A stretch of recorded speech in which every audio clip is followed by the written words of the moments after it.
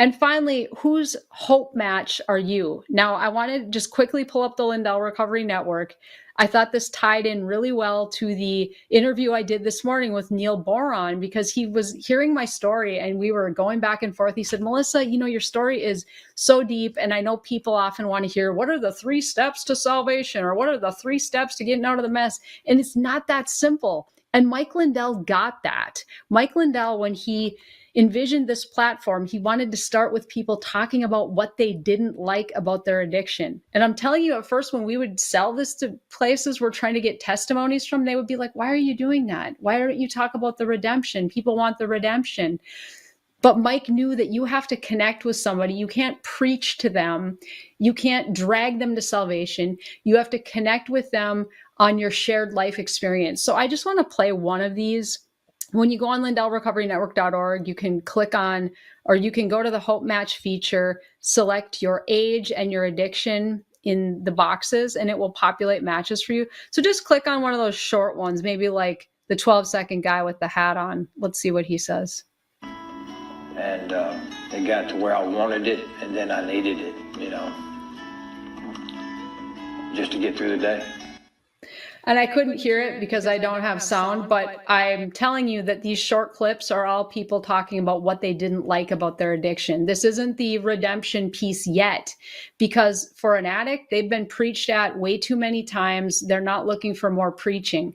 They want people like them who understand where they're at. So each person on here is appealing from their heart about what it was like for them being at their lowest place.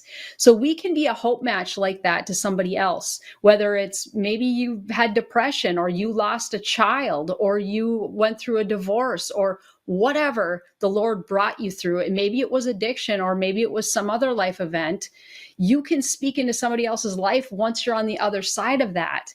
And even when you're going through it. But this platform is going to show you that. You see these short videos of people talking about what they didn't like. And then once you log in, we're not logged in right now, but you create a free account, log in, and you're going to see the full stories of them talking about, this is how I was set free. This is what I did. This is what I tried. This is how I failed. And ultimately, it's Jesus. And then once people have experienced these stories, they can choose a path for themselves. They can choose a church, a Christian treatment center, or the online help, which is the Operation Restore Warrior program and the counseling books by and some other friends of our ministry. So you are a hope match to somebody, whether you went through an addiction or not. So here, as we're wrapping up here, we only have 2 minutes left. But what do you do now with this? Because you have a testimony in you and you're here. The Bible calls us to the Great Commission. We're supposed to make disciples.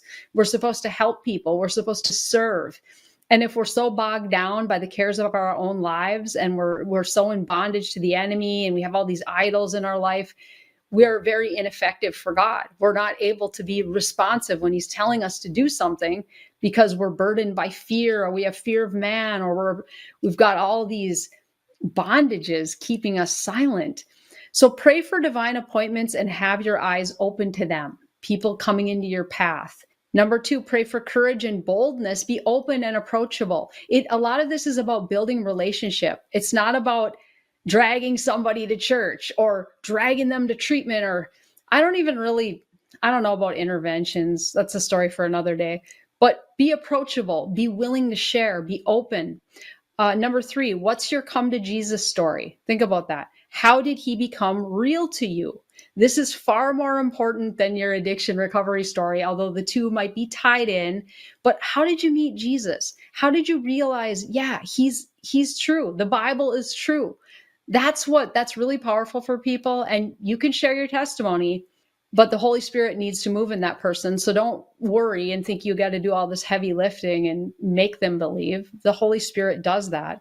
But you being obedient and sharing and connecting with somebody about your faith story is extremely powerful.